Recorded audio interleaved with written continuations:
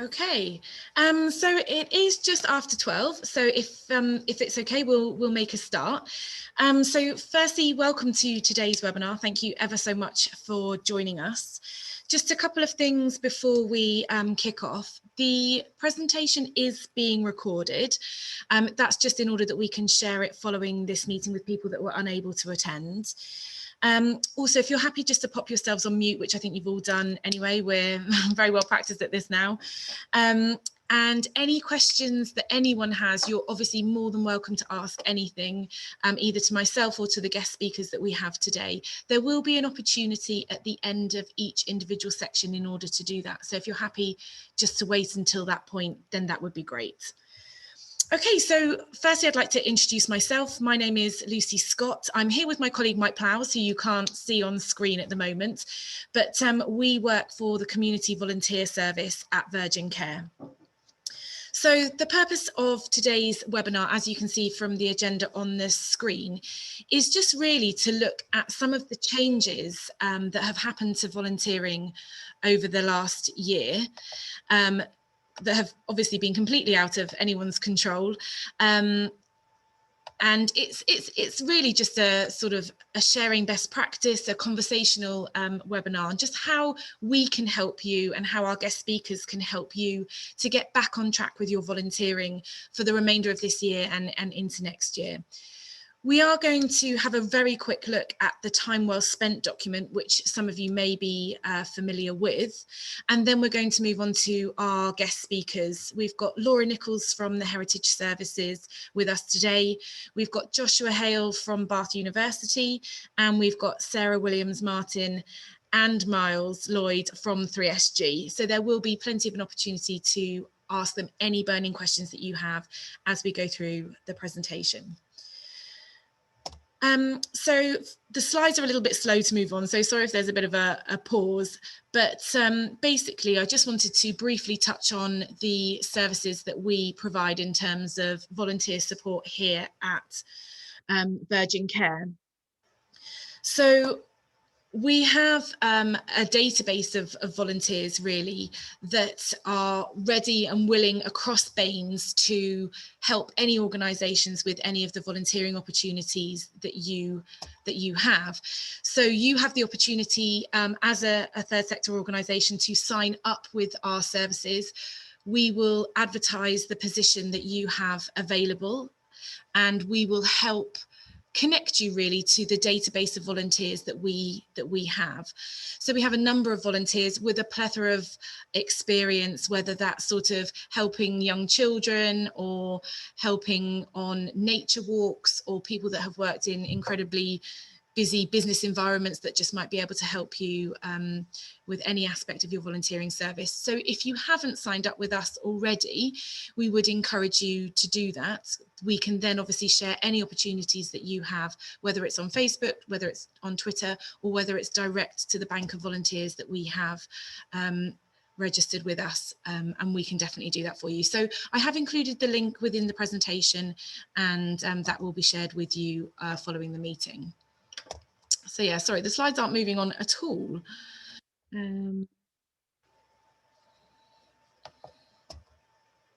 Okay, so there's our link to the volunteer service that we have at Virgin Care, which you'll be able to sign up to after the meeting.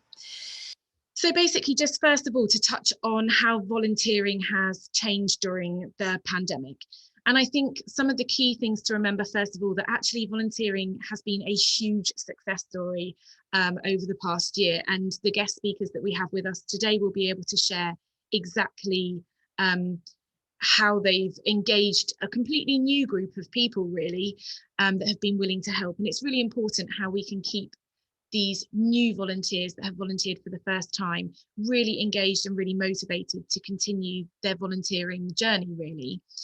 So 4.6 million people have volunteered for the first time in some sort of capacity during the pandemic. And I think you'll agree that is a huge success story and a huge number of people that really we would like to be able to continue to work with. 750,000 people registered with the NHS Volunteer Responders team to support people during COVID-19. That is 10 times the number of games makers that helped during the Olympic and Paralympic Games.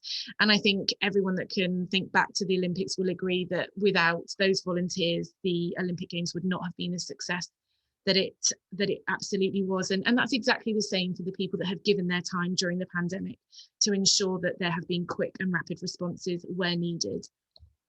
So I think this is something to celebrate. I think it's something to be hugely thankful for. And I know you probably all will have had some sort of success story or some sort of really positive experience by the people that have been able to give their time for the first time or for the 200th time over the past year. So I think this is something really huge to be celebrated, the amount of support that people have given to others during the pandemic.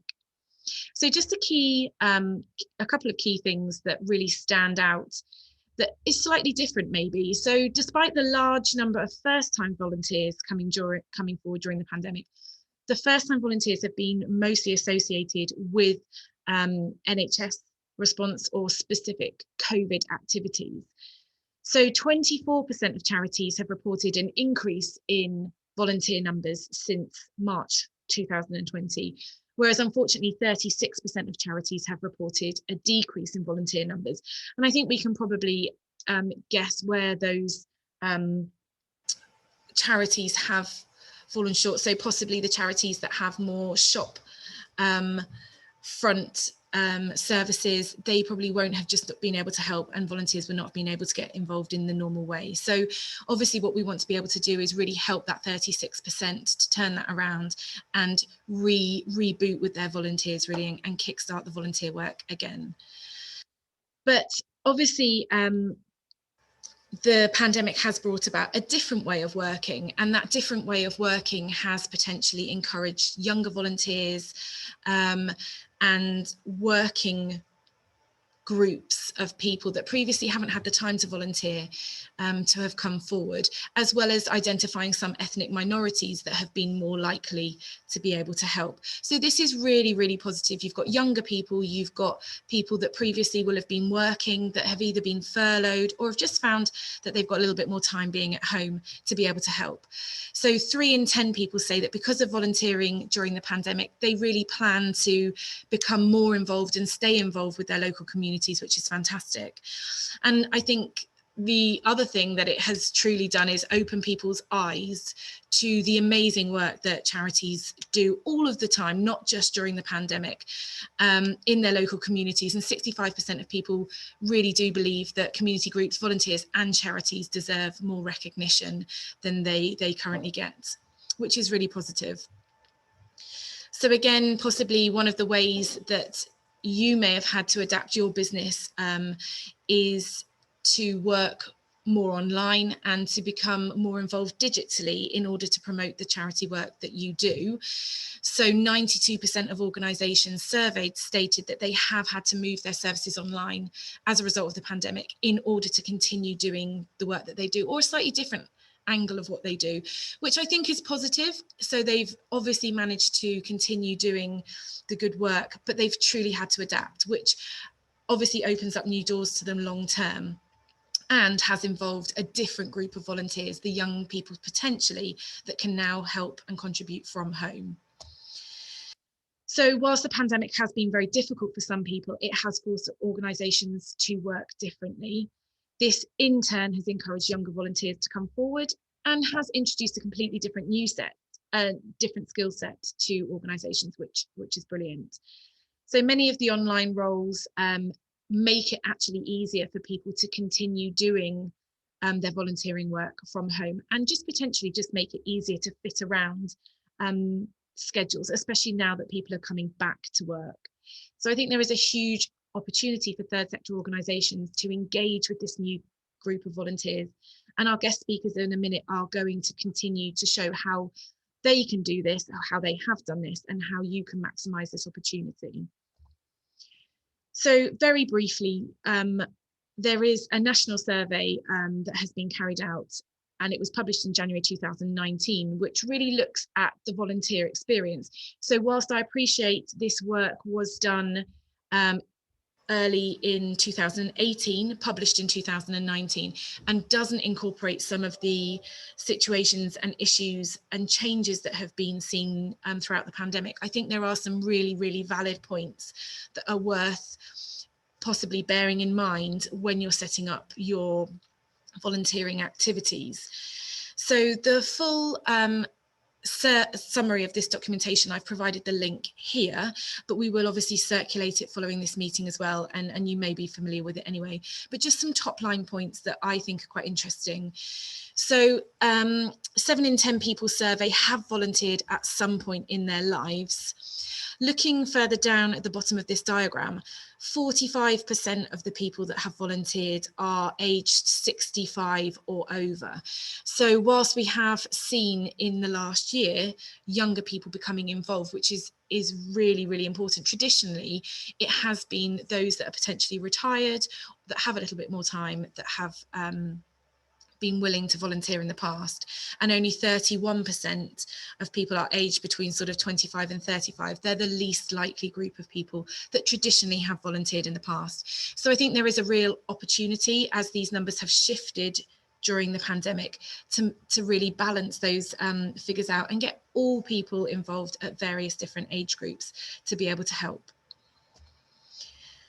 So there are some aspects of the volunteer experience that really do seem to matter more to volunteers. So of the volunteers who have been surveyed, they report negative experience. The most common negative experience is when, unfortunately, something that they do voluntarily starts to take up too much of their time. And I think, you know, we've all probably experienced that we desperately want to help, but as life becomes a little bit busier, and as we now return to normal, some sort of normal after the pandemic, we might find that people don't have as much time as possible. So volunteering needs to kind of fit around people's lives and not impact too much and not become too much of a full-time job.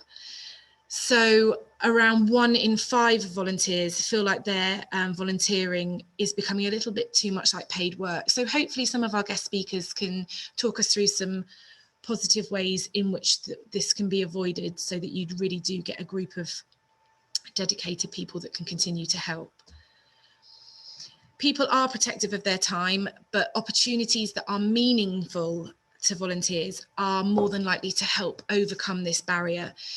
So again, I think we'll be able to hear from Sarah and Miles from 3SG in terms of how you can really make the most of your volunteering experiences so that they remain really important and really engaging to the group of people that are giving up their time. So as you can see here, 53% of people tend to dip in and out of activities, whereas 30 people give their time on a regular basis. And it is flexibility that people are after. I won't go into this slide here, but obviously you can see here a real summary of what the ideal volunteering experience, according to the Time Well Spent document, is all about. So it incorporates all of these bubbles around the outside. So you have to be connected. It has to be a balance, enjoyable and meaningful to people. But I will let you have a look through the full document in your own time, because there is a lot of important stuff there that could really help with the way that you develop your volunteering schemes. Anyway, enough from me. I'm sorry if I've gone on a little bit too long.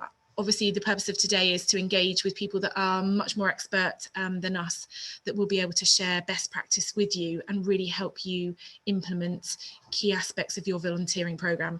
So at this point, I am going to hand over to Laura Nichols, and I'll let her introduce herself so she can tell you what she's been doing. Thank you, Laura. Hi, thanks, and thanks for having me here today.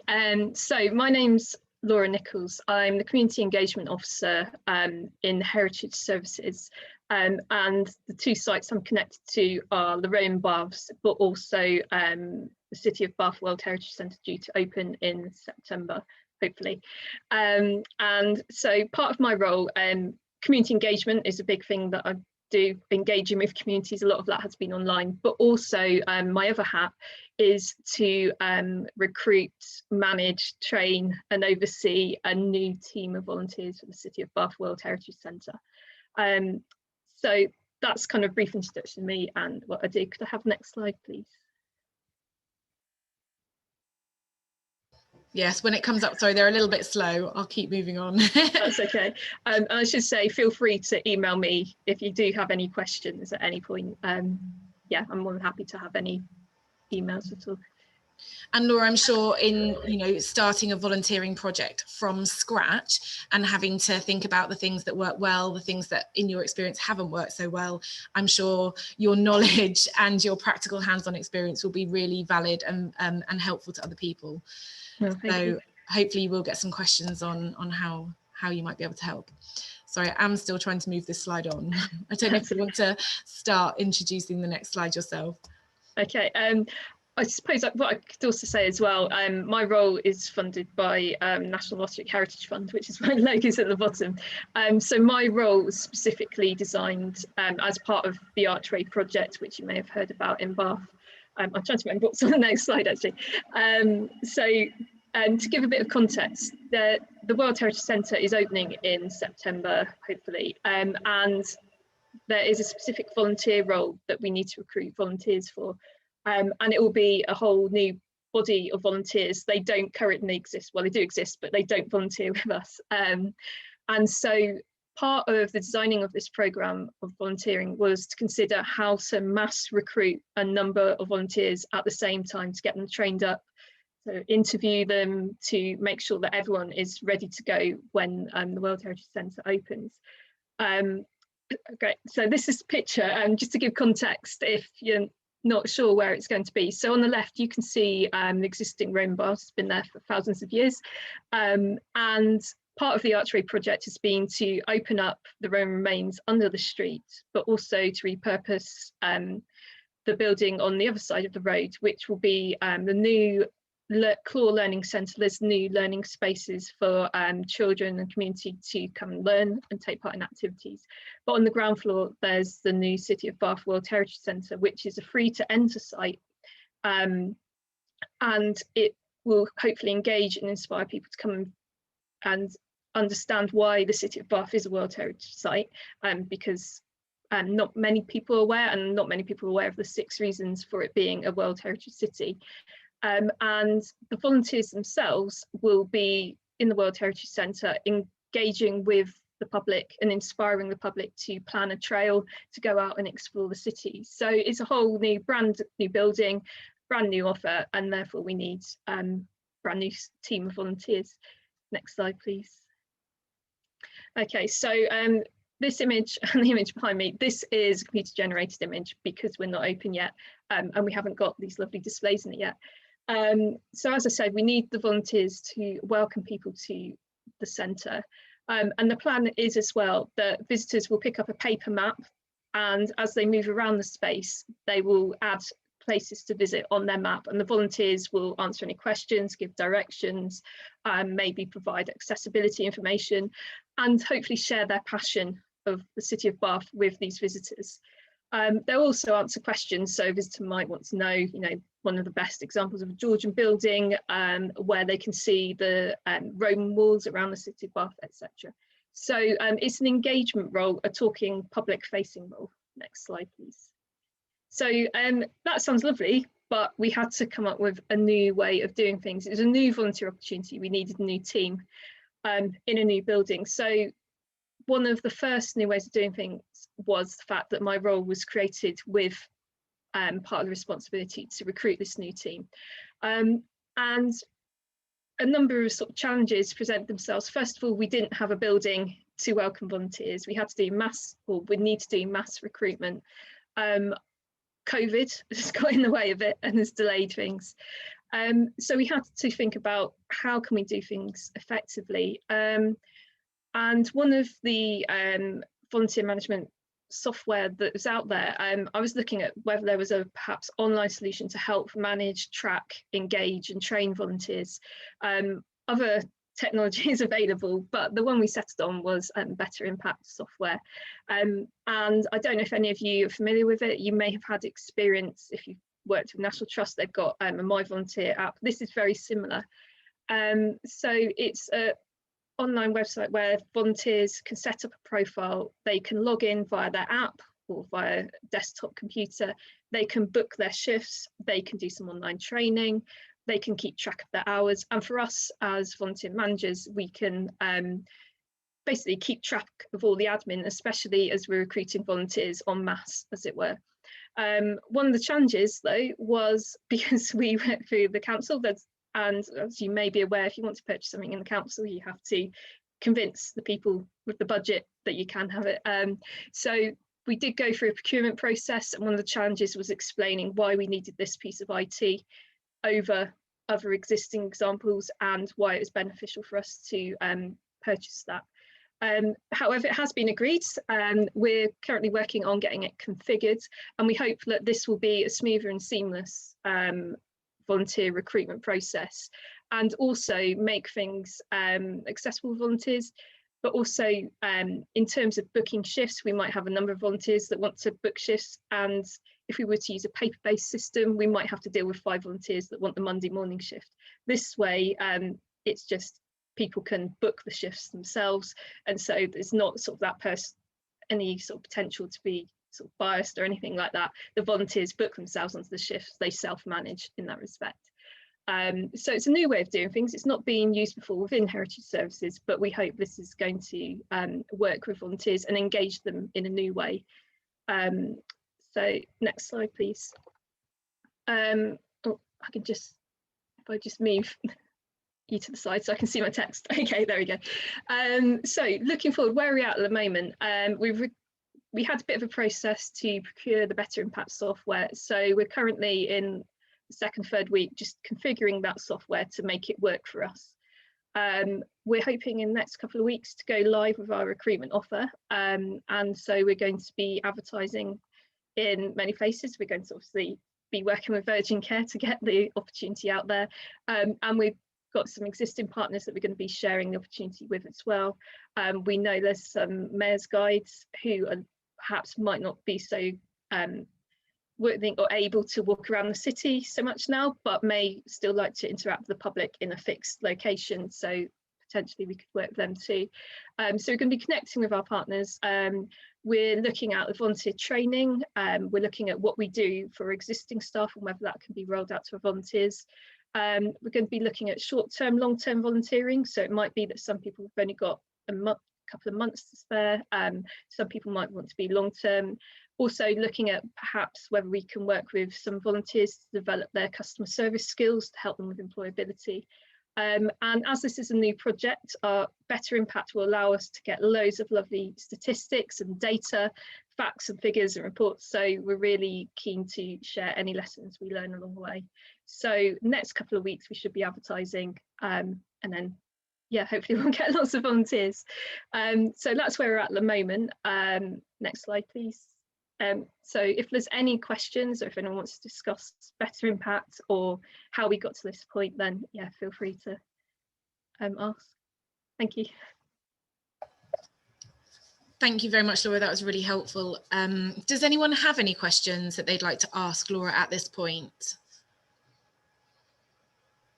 Hi, yeah, I've got one. Sorry, it's Carrie Ann here.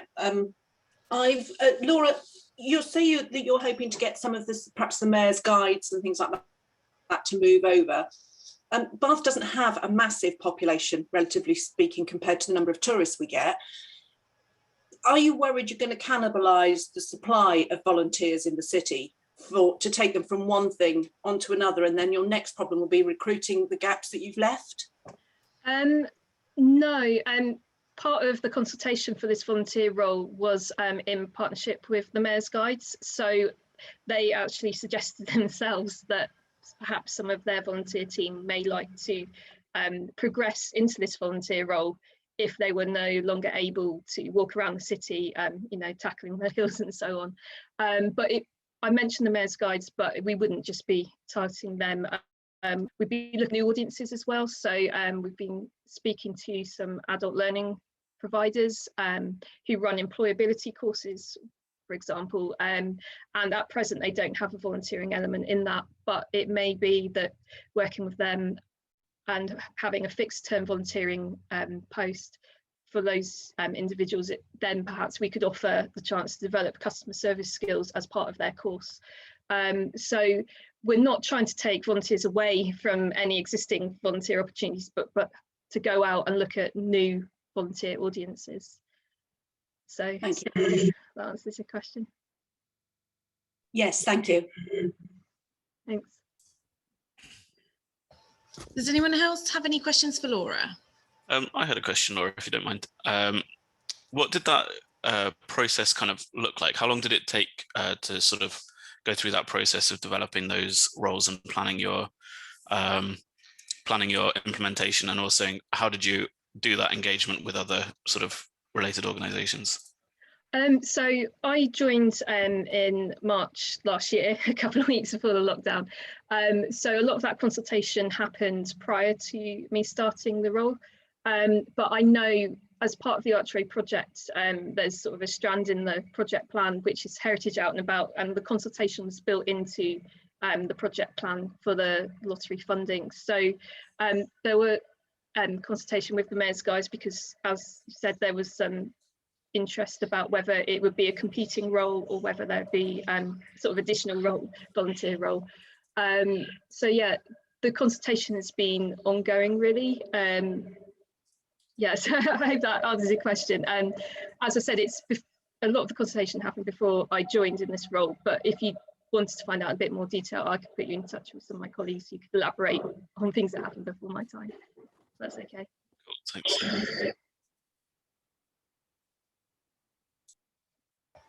Great, thank you very much, Laura. I think you've done a huge job already, and I know that the hard work really is still yet to come. So if we can help, or I'm sure if anyone else on the call has any guidance they can offer, then I'm sure they'll be in touch. But thank you ever so much, Laura, that's really helpful. Thanks.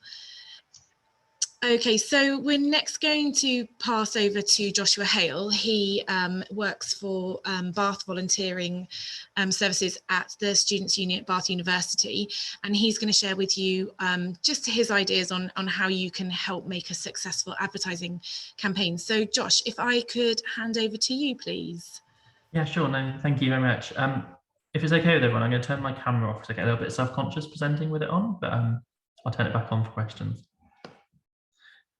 So if I can start with the next slide, please. So hi everyone, my name is Joshua. I work for the Students' Union at Bath University as volunteering coordinator. I've had quite an interesting journey in the charity sector so far, working with various organisations as a student and as staff, whether that's starting where I started with the Royal Life Saving Society. I've worked a lot with 3SG over the last year.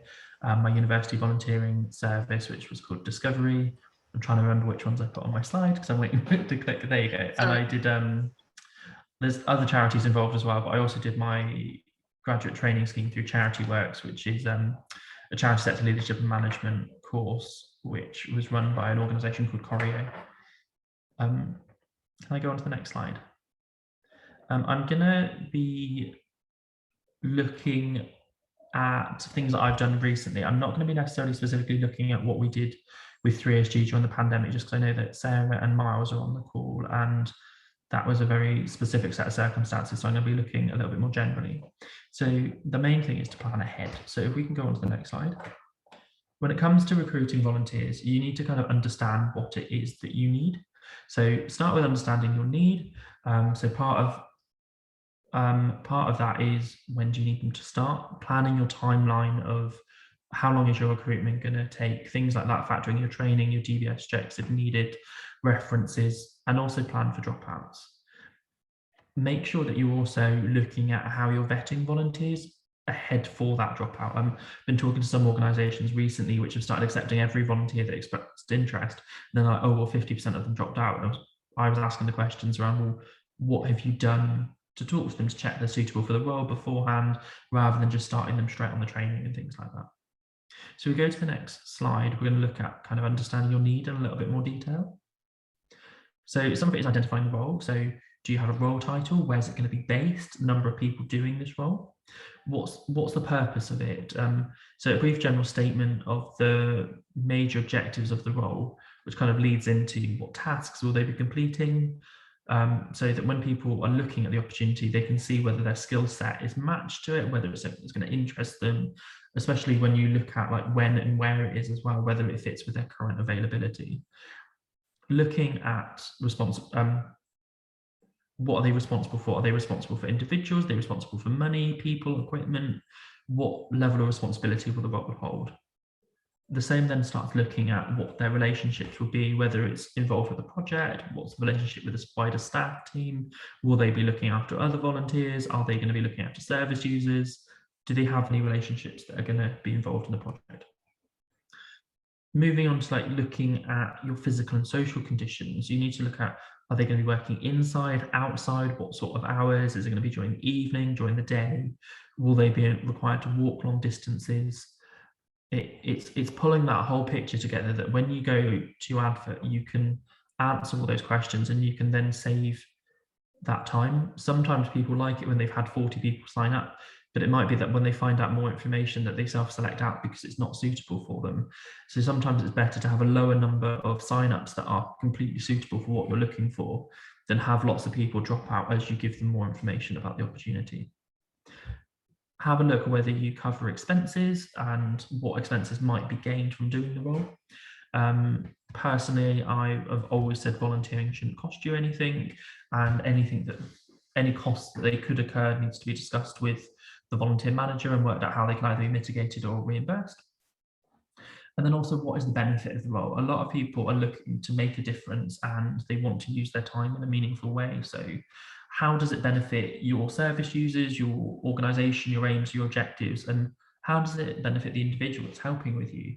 I work a lot with students and although they are incredibly passionate about helping out in the local community, they also need to be able to develop themselves so that they can build skills for their future careers, which is slightly different if you're working with older volunteers who may have already completed their career and are now just looking for a way to give back. So it's understanding the differences of working with different generations.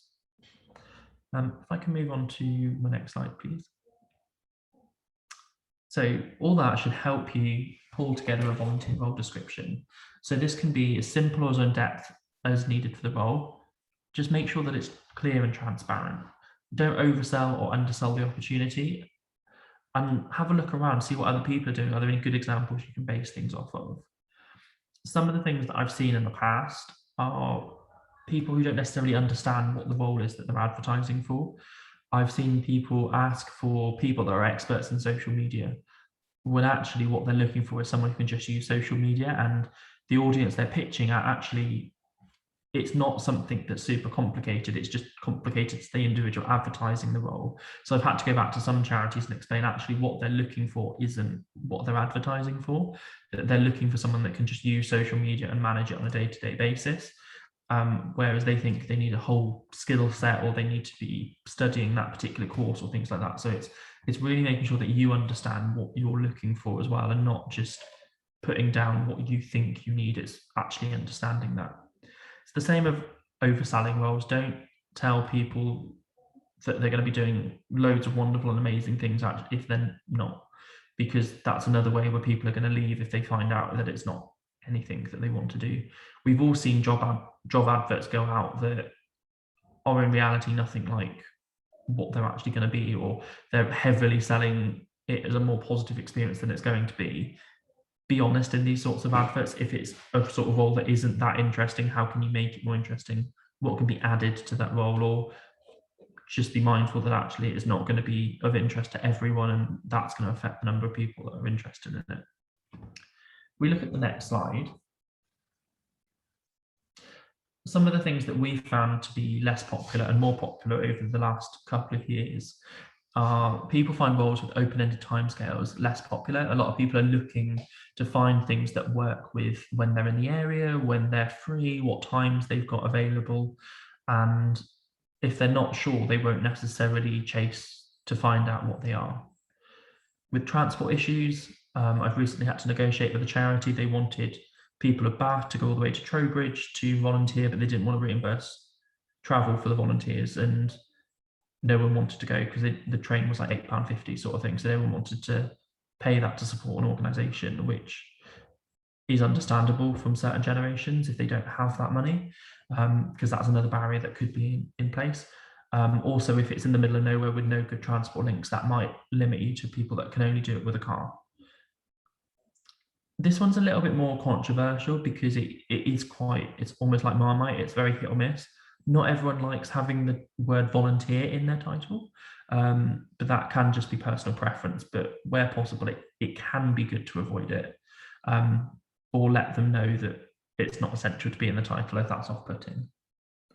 Again, unclear role titles or descriptions where the role itself doesn't quite know what they want. I personally find that I don't go for opportunities anymore that are, oh, well, come volunteer with us, you can do almost anything you like.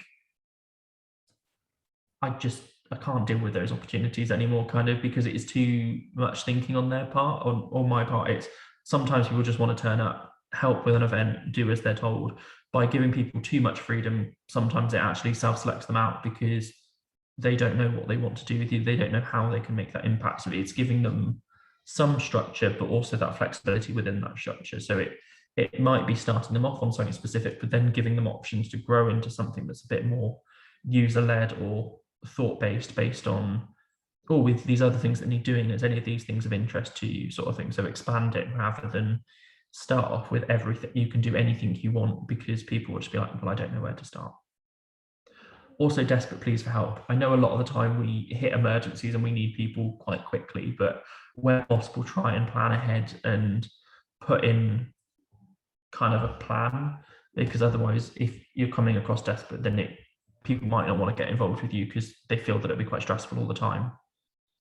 Some of our most popular roles have included things with clear time commitment, what employability skills they might gain from it, how are they going to enjoy themselves, how is it fun, are there social events that volunteers can go to, is the activity itself fun and enjoyable, and what is and again, looking at the benefits to the organisation and to themselves.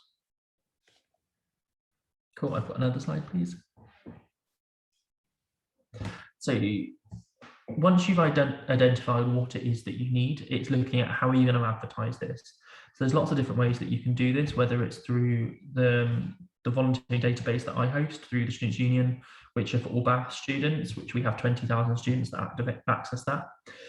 Whether it's through the community volunteering service through Lucy and Mike, whether you're putting it out on your social media, any other organisations could share for you, on your websites, or out through your mailing lists, or whether it's through word of mouth, encouraging people to talk to each other and see if they know people that are interested.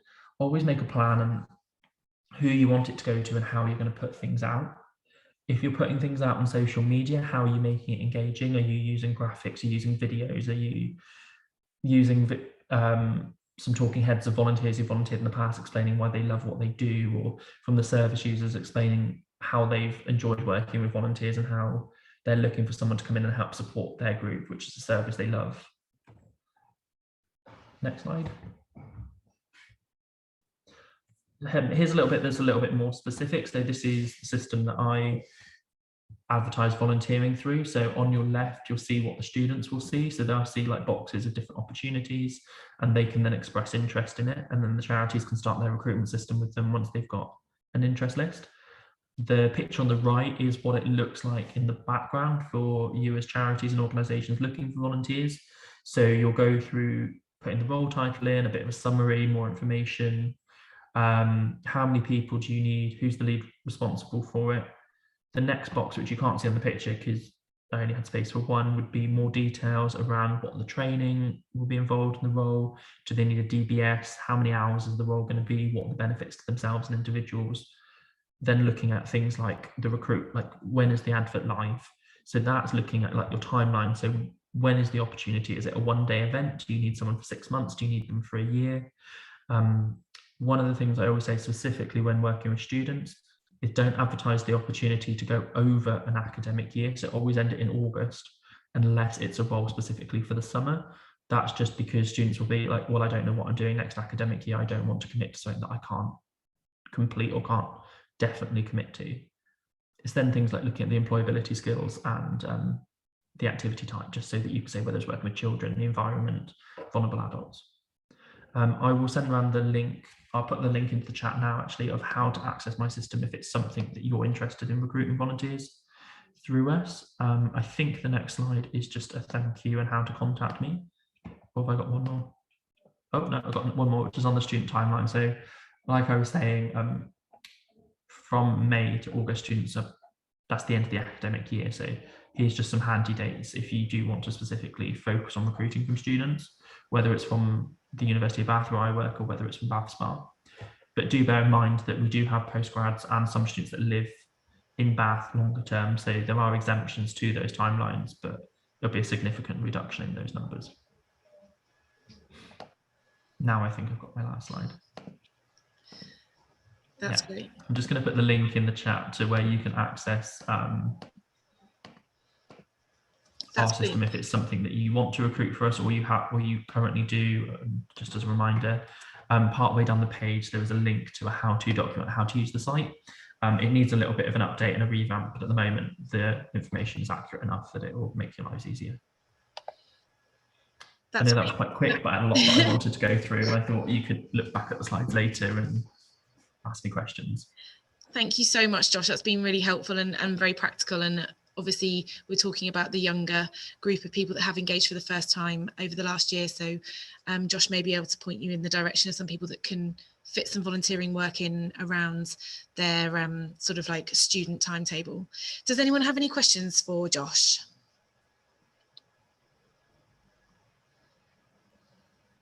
Hi, I recognise quite a few names, so I'm hoping quite a few people already work with us. Josh, if I was wondering, have you noticed that there's particular types of roles that are always perpetually popular with students, or does it just vary? Yeah, which ones sort of get almost instant sign up, if you like? I'm going to say it varies because every cohort every year is very different and availability is different and interests are different, and some of it just comes down to how you advertise it. We can have some roles that we think are going to do really well, but because they've not necessarily been clear with timelines and scales and things like that, that makes it difficult. And I'm quite good at targeting the opportunities to student groups that might be interested, where we have a variety of different courses and things like that. I'll try and get different opportunities out in front of them. Okay, that's really I've noted down your email address because I know that if you're saying you've got opportunities coming up, we'd love to get them on our system as well as the Bath community one. Definitely, yeah, we'll be in touch for some potential volunteers. Great, thank you. Great, thank you. I know that we currently recruit for Sarah, for Johnny, and several other people on this call that we've got on our system that we recruit for, and we're more than happy to support anyone else. And also, even whether it's just advice on your recruitment, and we can help put you in touch with other organisations as well. Great. That'd be great, thank you. Does anyone else have any questions for Josh before we move on to Sarah from 3SG? Yes, please, if you don't mind. Josh, do you liaise with Bath Spa University, or do both the universities run their own volunteering systems? So yes and no. So I do liaise with Bath Spa, but we don't recruit their volunteers. It is completely separate from us. But I know that they have limited staff time to support volunteering, so I do quite often send them opportunities that might be better suited to them. They've got more practical courses around, like they've got like filmmakers courses, textiles, design. They're a little bit more artistic over there, so if it tends to be a little bit more artsy, I will also ping it across to them to try and support the charity. For me, it's all about getting the right volunteer for the role, and if I don't feel that we have the right volunteers in our organisation, I will help you signpost to other organisations for them. Bath Spa don't have a specific system like we do. They just tend to email out or post on their social media. I don't know whether that's going to be changing over the next couple of years because I don't work with them. I just help them. Oh, that's great. And also, if we were looking to recruit students as volunteers, knowing that they would probably, ebb and flow with the terms, based on the fact that they will have things to do in the week, like studying, which is why they're there anyway, what's the kind of best time? Do we kind of look to say, can you do 4 hours a week? Can you do, an afternoon? How do we appeal to them in terms of the time that we ask them to give? I think it all varies based on the students that you're relating to. Like, so I studied psychology when I was at uni and I only had 8 hours of contact time a week. Whereas if you look at more like the engineering subjects, they're looking at 35 hours a week, 9 to 5, chock-a-block all the way through sort of thing. So it completely varies, but depending on what courses people are studying. So the main thing is just to be clear up front, and then people can select in based if they have that availability. There are some people that prefer to volunteer in the week, some might want to do evenings. We also have several scholarship programs at the university. So we have Lloyd scholars who, to get their scholarship, need to complete 100 hours. So something like 4 hours a week for them would be amazing, because they could complete the 100 hours really easily with you. Whereas we've also got gold scholars who have a requirement of 50 volunteering hours a year for their scholarship. So chunks of hours are always good. And again, yeah, being flexible with the ebbs and flows, understanding exams and deadlines, and just encouraging a clear line of communication and having contingencies in place that there will be certain times of the year that will be quieter on students. Okay, that's great. Thanks very much. We'll be in touch. But more than, yeah, get in touch. I'm more than happy to have a phone call rather than a separate meeting with you. Lovely. The same for anyone else on the call. Cheers.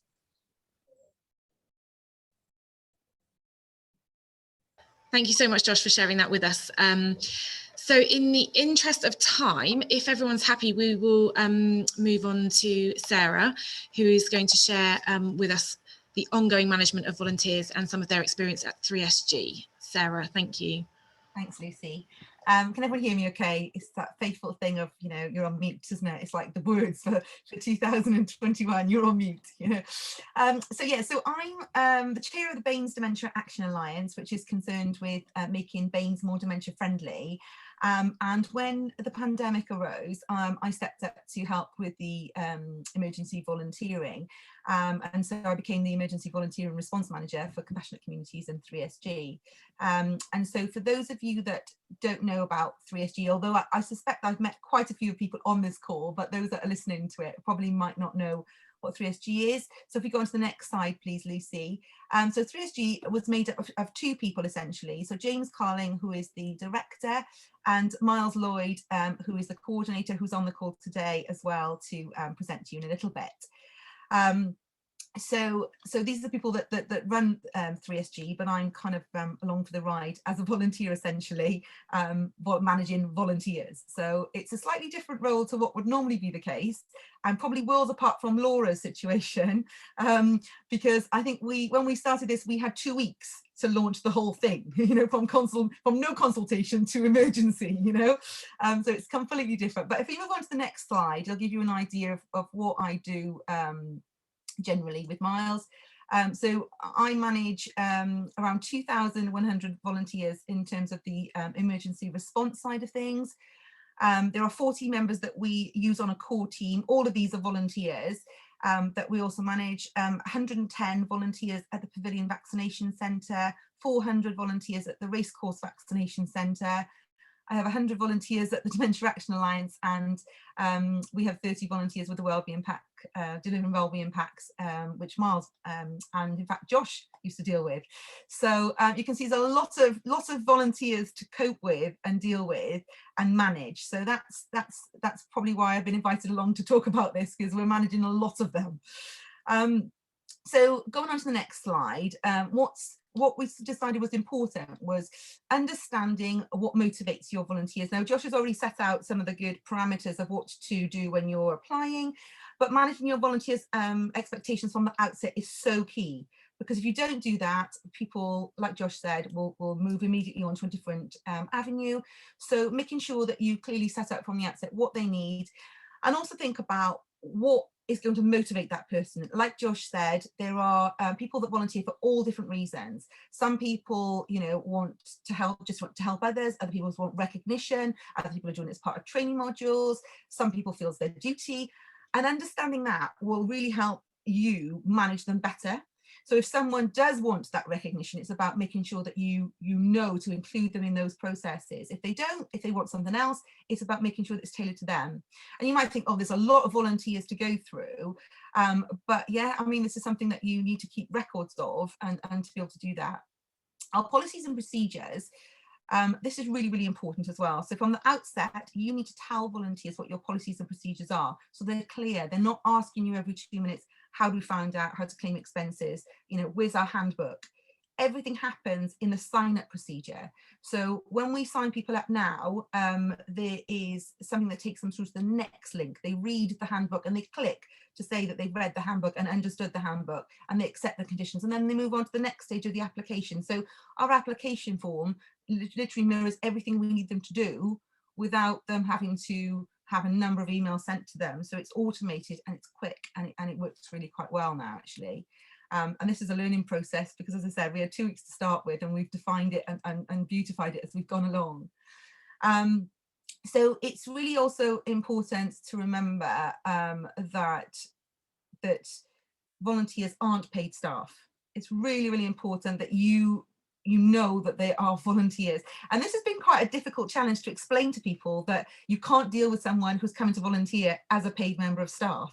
You have to treat them like a volunteer, and they have different needs, and they have to have clear parameters and clear outlines of what's expected of them.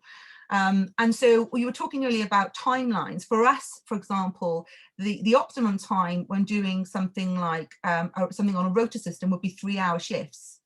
And that's something that we agreed with the RUH is actually what they do in terms of their volunteering. If you have someone that's standing up, moving around quite a lot, 3-hour shift is optimum.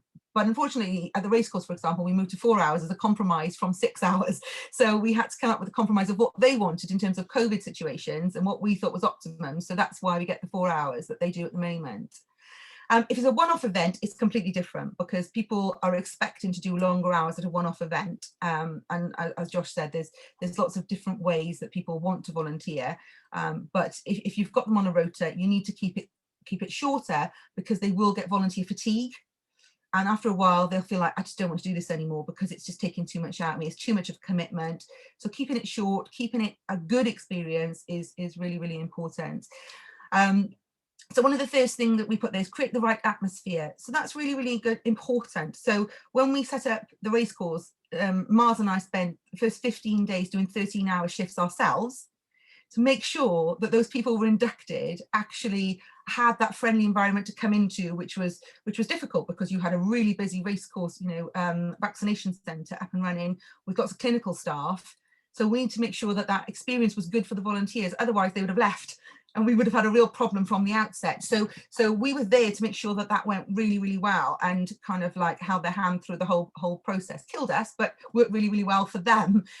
We had to have an abundance of volunteers, over 450 volunteers inducted in 2 weeks. It was a lot, but we wanted to make sure they had that really, really good experience. So that's proved well, because we've kept a really large proportion of the volunteers from that back in January. So the next slide is talking about, the fact that volunteers are invaluable.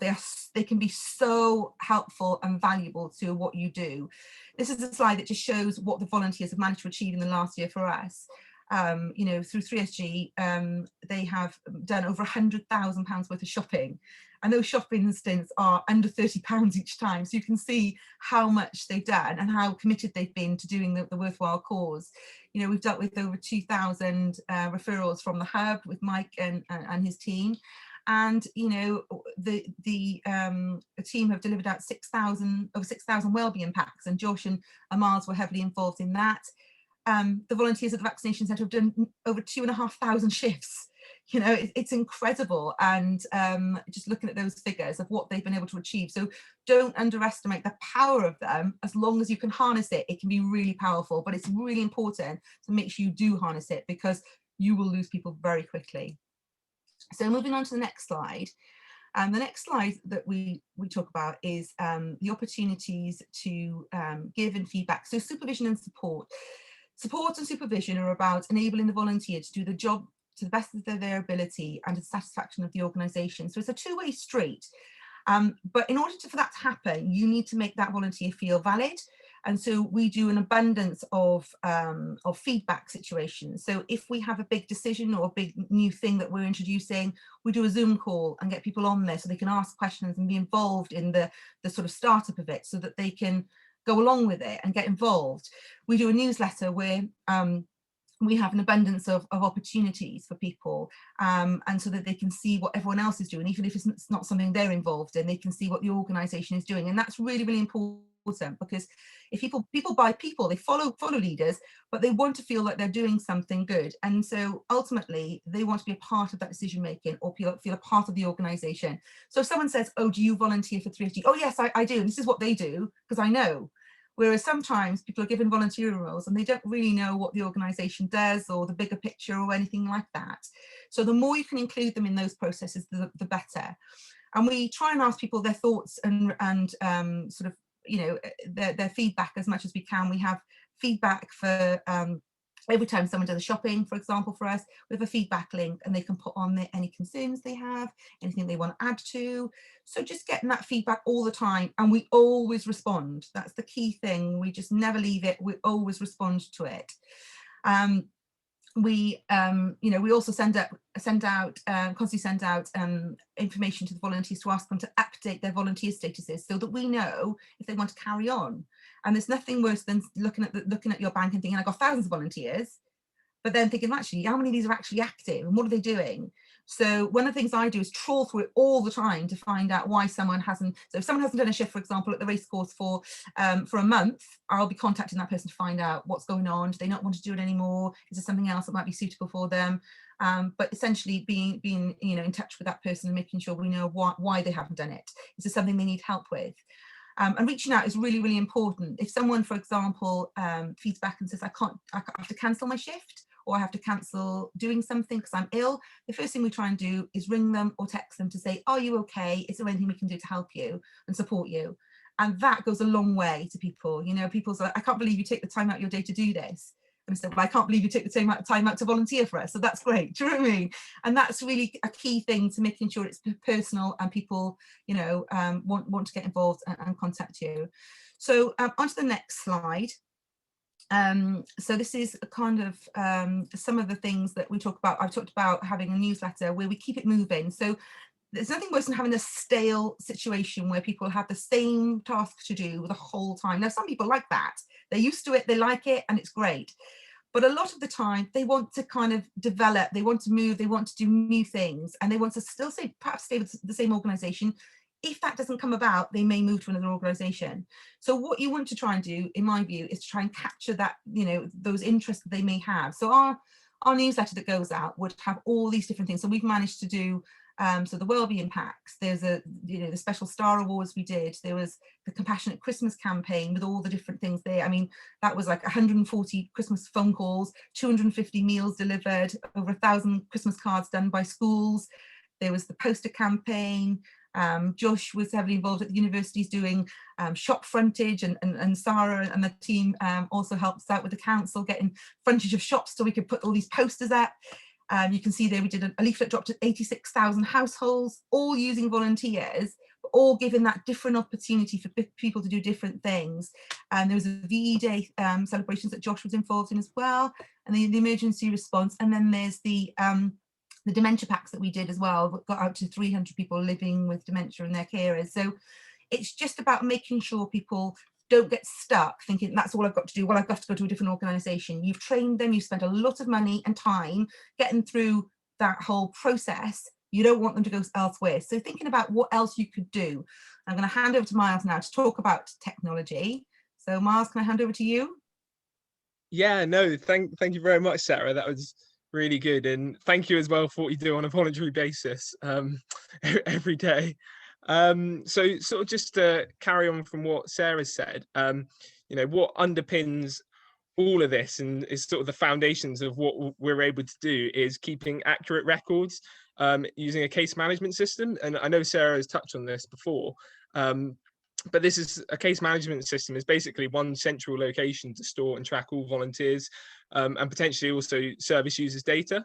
And this includes like contact details, IDs and consents, could be service user notes, volunteer rotoring. I know Laura mentioned it earlier as well about how you can, you know, there's a range of softwares out there, and I've spoken to Johnny, who's on the call as well, who uses a different software to sort of manage volunteers, but you can use expenses, keeping track of expenses as well. So Podio is what we use, and this can also be used for project management as well as organising volunteers. But essentially what's really important, and I know that Laura spoke about this earlier, is sometimes the challenges with this software is it depends if the volunteers need to also be able to use it. So Podio, we have it where all of the 40 core volunteers are actually able to get onto this system. It's a secure system that's secured by Citrix, and essentially we have to put in the time, and Sarah's put in a lot of time to sort of train those volunteers up and make sure that they're competent with that system so they're able to utilize it. But even if you're just using it just for yourself and just managing the volunteers that way, it's really important to be keeping accurate records, recording everything that you're doing with the volunteers and their profiles. And that's, say you're doing a handover to you step down from your role as a volunteer coordinator or whatever it is, having this system that is able to just pass on easily to a new person is, vital in terms of making sure that it's a smooth transition in supporting the volunteers. And we also use a series of web forms. So through Podio, we were able to create lots of web forms for volunteers. And these essentially go straight into the secure database, and just makes it a really smooth transition, and yeah, we can keep track of everything. In addition to that, we also ensure that we're using various methods of communication. Now, this is something that will hugely range depending on your demographic of volunteers. We have like a very low barrier in terms of entry for volunteering. And so we're really trying to be as accessible as possible to all volunteers. But if you're mainly with an older demographic or a younger demographic, then you might have to think more carefully about what you're using in terms of whether you just focus on, say, WhatsApp, for example, is something that we use a lot with the volunteers at the vaccination centres, because there's a really good, you can create a link on WhatsApp where anybody that clicks the link can join that WhatsApp group. But Sarah very cleverly found out a way that you can get it so it's only one direction. So only myself and Sarah as admins can message on to the volunteers, but they can't reply back. So it means that if there's any last minute cancellations, then we can just pop out a message on the WhatsApp group, and they can immediately sort of get in touch with us by calling us or texting us to say that they can help. And what's really important about that, because we have hundreds of volunteers on this WhatsApp group, so they can't reply, and they also have the option to block their number, and we always tell them how they can do that on their WhatsApp settings. So that's a really good way. But we have had volunteers that have said, they don't have a smartphone and they can't use WhatsApp. So it's just being conscious of accessibility and making sure that email is, from what we found, pretty much the most accessible way. And any big sort of updates, we always make sure to email all the volunteers. And that's why you really need to make sure your records are up to date and accurate, so you're not spamming volunteers that aren't volunteering anymore and things like that. So there's lots of different ways. So if we move on to the next slide, this all ties in with just making sure that you're thanking volunteers. So it's, this is the most important thing, and I know it's the simplest but the most important way to sort of recognize what your volunteers are doing. And if we go on to the next slide, saying thank you. So Volunteers Week has just gone by, and their theme was a time to say thanks. Thanking volunteers can be in a really small way or a really large way.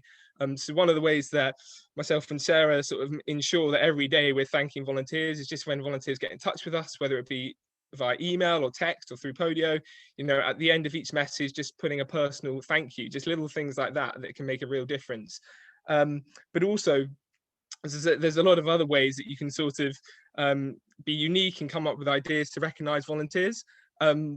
So firstly, look what's already out there. So as I said, Volunteers Week just came and went, so make sure you're capitalising on that. There's a Student Volunteering Week if you've got students that volunteer, and I know Josh does a lot of that at the Student Union. There's things like Empathy Day, where you could sort of capitalise on that and make something out of it if your volunteers, particularly in an empathetic role that they do.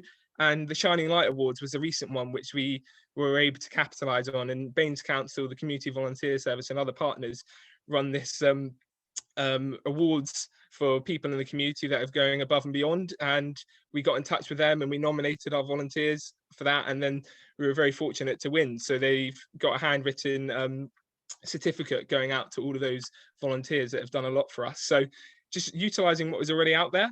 but also making sure to, you know, put the volunteers in the spotlight and sharing volunteers' stories and giving them the opportunity to thank the volunteers by letting them share their story. You learn a lot from it as well. We've learned a huge amount. We've got well over sort of 10, I think probably around sort of 20 volunteer spotlights from over the last year on our website.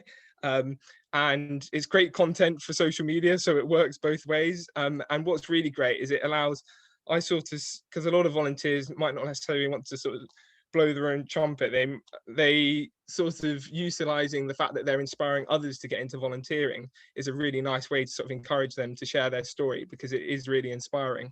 But you also have to understand that volunteers are hugely diverse and not everyone wants the spotlight shined on them, and we have to respect that and make sure that we're getting consent before doing anything like that. So I'll just quickly whiz through some of the sort of ways that you can, yeah. Thanks, Lucy. I get there. I'm probably rambling on a bit. I'm joking. But essentially, there's loads of ways. I won't go into too much detail of what we've done, but I'll just quickly say that, you know, make sure that you can add a personal touch to what you're doing, making sure that you're recognising volunteers in a unique way, utilising what's already out there, providing some rewards. We recently linked up with Bath festivals and got discounted tickets, and we're able to half-price tickets, and we're able to offer them to all of the volunteers. And be creative, you know, if you collect their date of birth, then you could use automations to sort of send them a happy birthday email, and just little things like that. Just come up with ideas and sort of go with it, really, and trial and error. But I'll sort of stop talking and just, yeah, thank you for everyone for sharing your ideas as well, and feel free to ask any questions. Miles and Sarah, that was absolutely brilliant. Thank you. And I think what you've done over the last year has been a huge effort. And I think, like you say, it's been a great opportunity to say thank you to the volunteers that have helped, and thank you to you as well for everything that you've done. Does anyone have any questions quickly for Sarah and Miles? I appreciate we're overrunning slightly. I was just going to say, if it's okay, I know that is it the Free SG or the Compassionate Community are going to be having a village at the Bath Carnival. How do we get involved in that? I'll take this. Yeah, so we hoped that this would be the case, but it appears that unfortunately the Bath Carnival is not going to be taking place at the recreation ground, and so we're just waiting for a proper statement from the carnival to put out there. But we will be doing something later on in the year, which is going to be quite a big event for all the volunteers, and how they can get involved in that, which will also showcase lots of the opportunities to volunteer. So we will definitely get that out there to everybody to get involved. Thank you. Anyone got any more questions for Sarah or Miles? I had a couple of questions. One, a simple one. What was your uptake like with WhatsApp and sort of like, and volunteers generally, depending on things like age and how comfortable they are with technology or anything like that? Did you find it created a bit of a barrier to entry for any, or did you have to come up with alternative options for people? I think WhatsApp was pretty universal, wasn't it, Sarah? Yeah. I mean, I only had one volunteer actually that said that they couldn't use WhatsApp. So certainly, right. we found it pretty universal. But I'd say that in terms of our volunteer demographic, we don't have many over the age of 70 just because of COVID restrictions, and particularly with some of the volunteering roles, although not all of them. So that is, you know, important to bear in mind. Any thoughts on that, Sarah? No, it's fine. I mean, that's probably right. I mean, there are, you know, some people want to be on it because they want to see the emergency shifts and things like that. Other people don't want to be on it for their own reasons. But there are hundreds and hundreds of people on that group that use it all the time, and the uptake on it is pretty phenomenal in terms of shift coverage. So we, you know, at the racecourse, we have a message saying somebody's cancelled, somebody hasn't turned up, there's a problem. And sometimes that's not even from our organisation, it's from a different organisation, and we're generally able to get someone there within 30 minutes. And that's from the time of call up to the racecourse and on shift, which is phenomenal, you know. So, and that's down to WhatsApp being so quick for people to respond. Yeah, it's a really powerful tool to do that, but it's making sure you lock it down so that people can't comment on it, because that's not what you want on there, because you miss the message of it then, you know. If people comment, that's not good. So yeah, I would lock it down, whatever you do. Yeah, I've used it actually for emergency response stuff before, but with a very young cohort of volunteers, or comparatively young. So I was interested in seeing how it worked in this context. The other question I had was, do you have any kind of assessment or way of articulating how much, if you think about it from a kind of resource point of view, or like from the point of view of kind of organizations, or an organization's kind of management or strategic leadership, like how much resources required to kind of deliver the level of sort of stewardship and induction and stuff like that that you guys did? Obviously, it sounds like part of what you did as part of the process was decide what was needed and then just do it, no matter what the personal cost. But I'm interested in kind of how I can try and sort of promote within my organization, Julian House, like sort of moving towards that kind of level of quality and kind of investment in the volunteers, and being able to articulate what those costs are and where they go. Yeah, I mean, that's quite an in-depth question there. Right. I guess from us, what we did was we utilized a core bank of volunteers to actually process the volunteers. So the data side of things, we use volunteers to process volunteers. So right. that then took a huge burden, and then and then we came up with the ideas, if you like, with the idea people. We came up with the systems and how to do it. And then we got volunteers to do the background work. Do you know what I mean? So that kind of saved us a lot of time. We also got involved in that, but we dealt with trying the top end of things and tried to use volunteers to use the bottom end, the more processing type of things. Yeah. And that works very well, actually, because people like to say, oh, I can log on for an hour and I'm just doing this data task and it's done, or right. I allocate myself 2 hours a week to do that for you, whatever you want me to do during that time. And that worked really, really well, to be able to log onto the system and let them do that in their own time. So they might jump on for 2 hours, or they might jump on at midnight and do an hour worth of data if they're not tired, just whatever suits around them. So it's quite flexible, and so that helps you move people on in the background of all this. So because obviously we haven't been able to meet up in person, that's a really, really good way of utilizing volunteers to do the legwork and having a few people at the top that can kind of steer the ship. So what kind of tasks did that look like for the volunteer doing those kind of processing tasks? Did they have admin access to the system, or how did you manage to chunk that up like that? Yeah, so that's exactly what we did. So we trained people on Podio to give them admin access. Well, not admin, they have certain rights. So on Podio, you can give them different levels of authorization. Right. And so they can do certain things. They can't delete any data off it, for example, but they can add data, they can change things, they can process things. So there's different levels that you can give them to do different things. And then you can remove them anytime you want to. So that's helpful as well. And then what I did was I made little videos on Zoom and then download them as an MP4 to show them how to do it step by step. And then obviously I didn't have to spend the time showing them how to do that. And we had about 40 people doing that on a rota, because we also did, like Mike and his team would have the calls from the triage centre, for example. They would send us through directly into Podio, this via a web link or through a different system called Vivium. And then the volunteers would pick that up and they would deal with those inquiries as well. So, we had them doing all sorts of different tasks, like a whole cooperative of volunteers. It was amazing, to be honest. If you looked at it, it looked like a full-on company. We had an accounts department, they were doing the payments. We had the admin, we had the data, we had the inquiry team, as we called it. So it was a full-on organization with volunteers. Amazing. And it worked very, very well, as long as you keep them enthused and all the things I talked about in the background. That's the thing, that they're part of something good and that they want to go with you with whatever your ideas are, and and they buy into it. So that's important.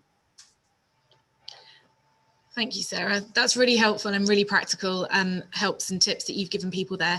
One final question, if anyone's got it. I appreciate we're massively over time, so I want to let everyone move if they need to. Any more questions? I've got a quick question, at least I hope it's a quick one, if that's okay. So actually I'll turn my video on because you can see me, there we go. Lucy, you mentioned right at the beginning about what did you call it? About unblocking, about organisations functioning by volunteers. And I wrote down a question, because one of the things we find with one of the organisations I work with is that sometimes the younger age groups don't understand how an organisation can be run by volunteers, whereas Sarah's just proved that it can be run by volunteers with the right management. And I get feedback sometimes from some of the younger people that volunteer with the organisation I work with, where they say, but this is a business and it's being run like a business. People should be paid. And how do you take that? How do we get that block away? I mean, Sarah, I understand the bit about the engagement, but sometimes it's hard to know, you know, I'm an old git. How do I engage with a young person to explain to them how wonderful it is to do something for free? And I know it gives you all lovely endorphins and all of that, and it makes you, it's good for mental health to do good. But you know, I do get this kind of disconnect sometimes between some of the younger people in the organisation and the volunteers, and trying to make them understand that sometimes just answering the phone is a role that can be done by a volunteer. We don't need to pay a receptionist for it. Anybody got any comments on how I can help? Sarah, did you come up with that at all? Did anyone sort of like challenge you on anything like that?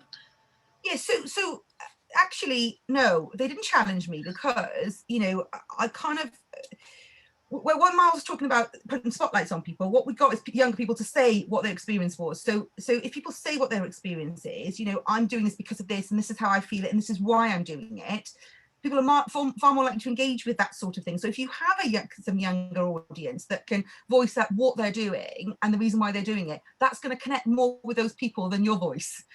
So that's kind of the way we did it, was to try and get other people in the organisation to be ambassadors of what we do. So you're never going to target every audience, but if you have this, you know, if you have a number of people that can reach different people in different ways and communicate in different methods, then that's the best way to do it. So if you have younger people and you want to communicate with younger people, get the younger people to communicate with them, because they'll be able to explain it a much more, a different level to you that you probably haven't thought about, you know, and that will probably help with your engagement.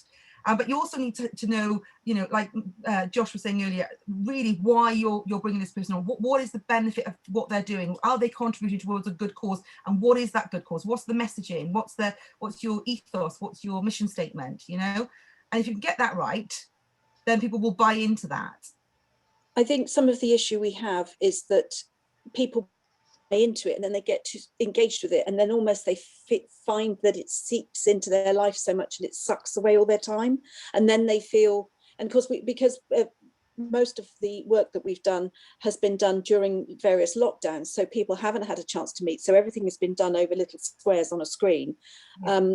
And there's a sense, I think, of people not always getting the bigger picture, but also it taking more and more of their time. And it's hard sometimes when you don't have a day-to-day, when you're a small team of volunteers, you don't have a day-to-day connection with somebody, when they feel they're being put upon, but you don't realise that they feel they're being put upon until they're feeling it and they start ranting against it. So yeah, it's and I think that's when I get the kind of, well, surely this is almost a full-time job.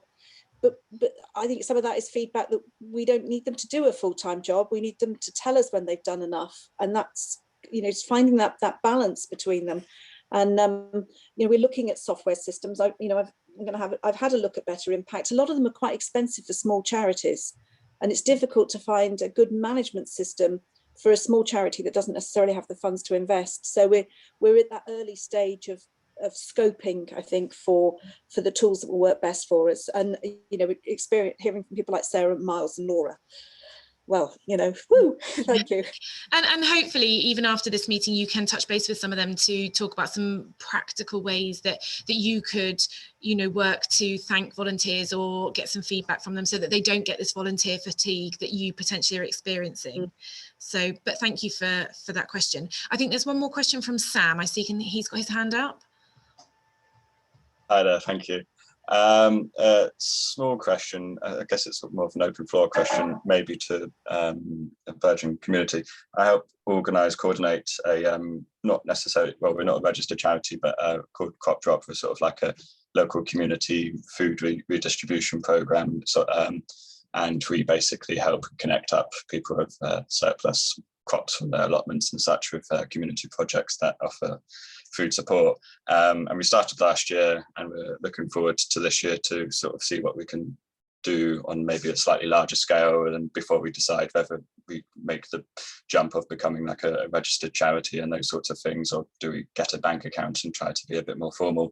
So we're sort of in this grey limbo area where we don't have some of those resources and bits that help you operate as a normal charity, and the resources that can help with some of those things, but then also looking to sort of we don't necessarily need a large amount, but we planning to make a call out to the community for some people to help with the transportation where it's needed at various parts across BANES. So I suppose the question is, from like our point of view as like a small community self-organized organization, does it matter so much whether that we're not that officialized, that's not even the word yet, we're not that official to be able to take advantage of things like Virgin Connect and advertise on there, or maybe through FreeSG and those sorts of things?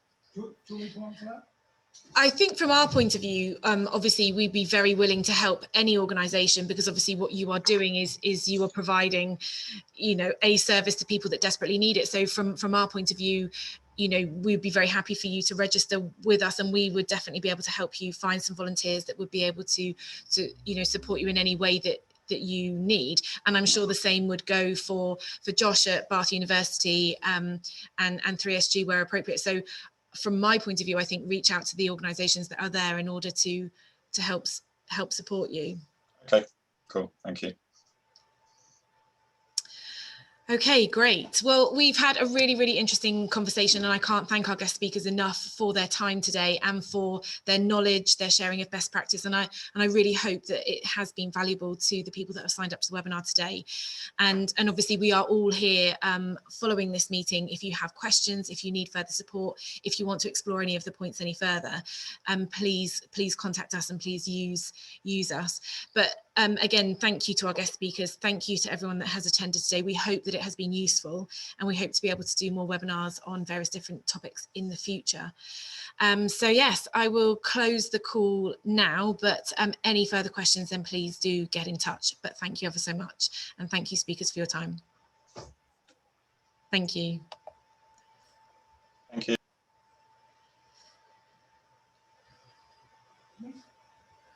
Thank you. Thank you. Thanks, Sarah. Thank you, Miles. And thank you, Laura. You've been great. Thanks. Thanks so much. No problem. Well done, Lucy. Thank For you. organising it all. Bye. Take care. Yeah, Bye. well done, Mike, as well, for the motivation. Bye. Goodbye.